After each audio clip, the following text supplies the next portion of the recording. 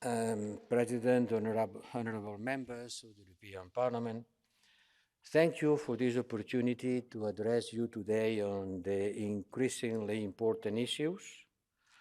Everybody is following closely the developments in the Middle East in the past weeks, both in Israel and in the occupied Palestinian territories. First, I would like to start by underlining both the European Union and my own personal engagement with both parties. I've been in contact with both Israeli Foreign Minister Cohen, even this morning, and Palestinian Prime Minister Stayev. We invited Prime Minister Stayev to Brussels, where we had a very good exchange at the last Foreign Affairs Council in January. This has been coupled with public messaging. You have seen a number of my statements. Not my statements. The last one was a statement of 27 member states. Sometimes people blame me for the statements of the 27 member states. It's not me, it's the 27 member states. I am representing the Council, and the Council is the 27 member states. This was issued last Wednesday, and when we face a difficult situation on the ground, with increasing violence and extremism, I think it's crucial that the European Union is united and speaks with one voice, not my voice, the voice of the 27 altogether. And we managed to reach an agreement of the 27, and this is the first time it happened for many years ago, that we had a statement of the 27. And I spoke this morning on the phone with Israeli Foreign Minister Eli Cohen, who was not very happy for this debate. He was concerned. He was asking why the European Parliament is interfering on internal affairs of Israel. Was once again blaming me. Well, sorry, I am coming to the Parliament. If the Parliament calls me to discuss about something, I have to come, isn't it? It's not me who put this title, Deterioration of Democracy in Israel and Consequences on the Occupied Territories. It's the political groups. And this Parliament is able to discuss about everything they consider important.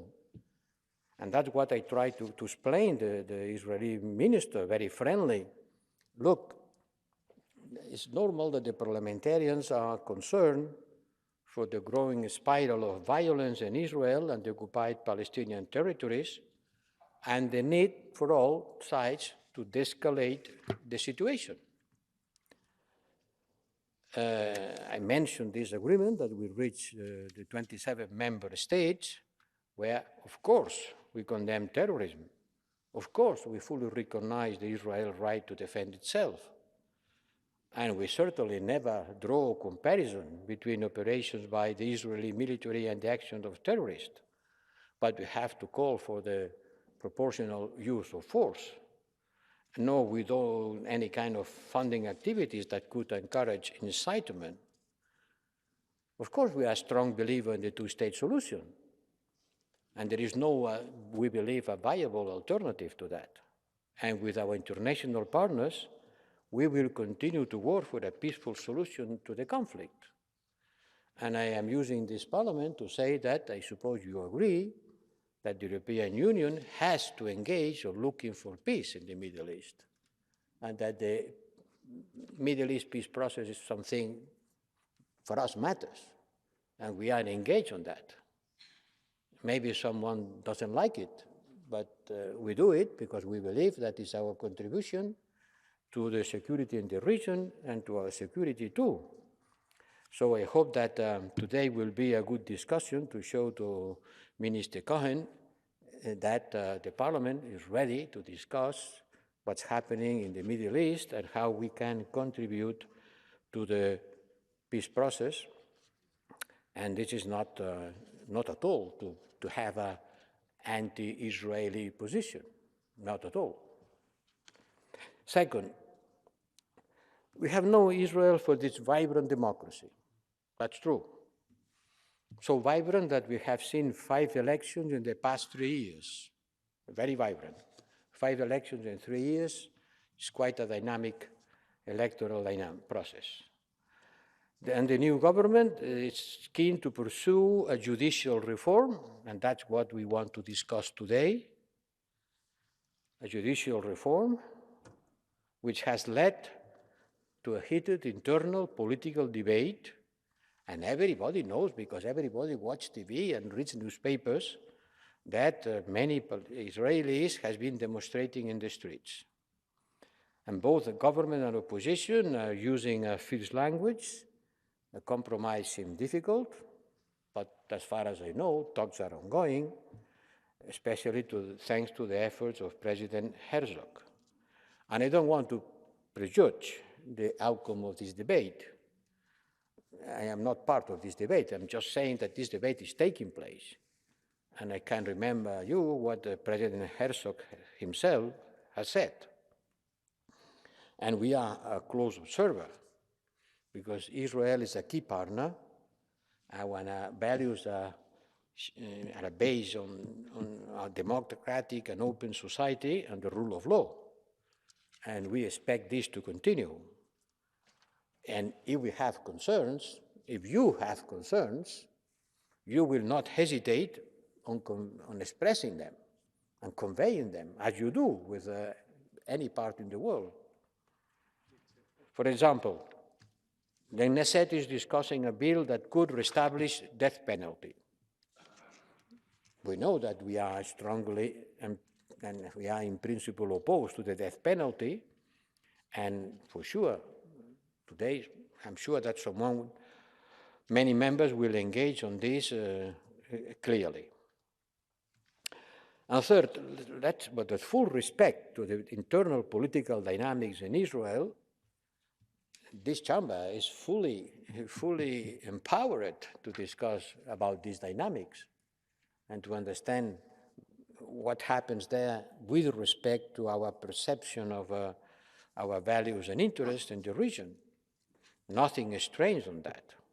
This cannot be seen as an interference, but a way of showing our interest and our appreciation for the Israeli democracy.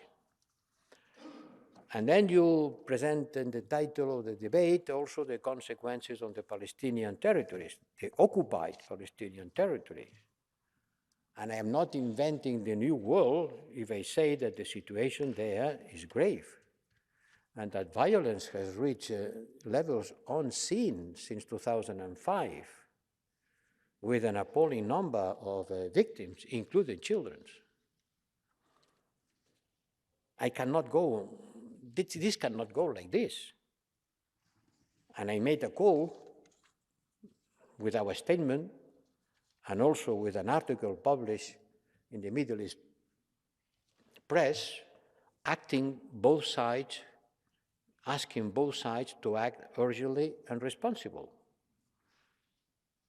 They need to do whatever they can to allow for a change of course. And we have been clear, and I will be clear once again, settlements are illegal under international law.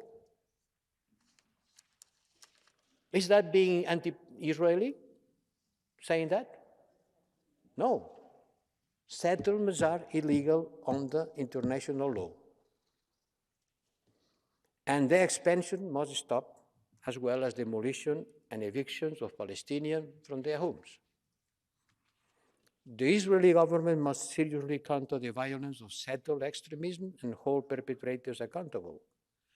And military operations must be proportionated and in line with international humanitarian law. It's difficult not to agree on that. But the Palestinian Authority must act too.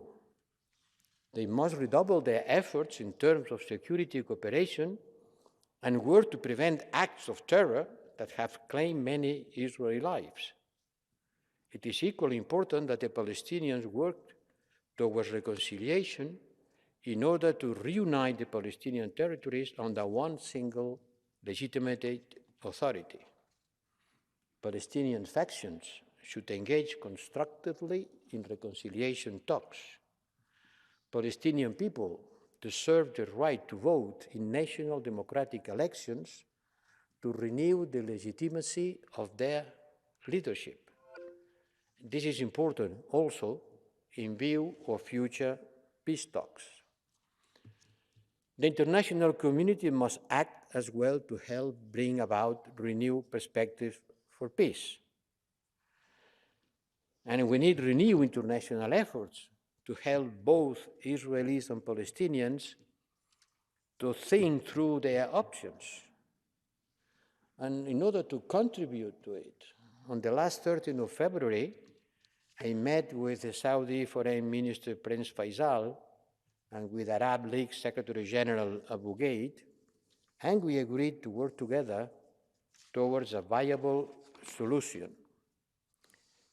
In order to revive and build on the Arab Peace Initiative, also by adding an European peace contribution to it.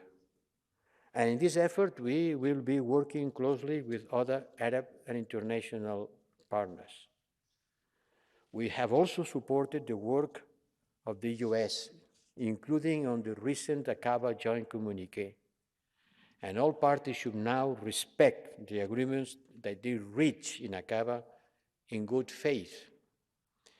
And we must help to create the conditions where it will be advantageous for Israelis and Palestinians to go back to the negotiation table and talk. And nothing will be me more happy than be able to contribute from the European Union to prepare this process. I think everybody in this chamber agrees that the European Union should do all we can in order to contribute to a peaceful settlement of the conflict in the Middle East and peace between Israel and Palestine. This and nothing else is what is moving us, and in particular, me. Thank you.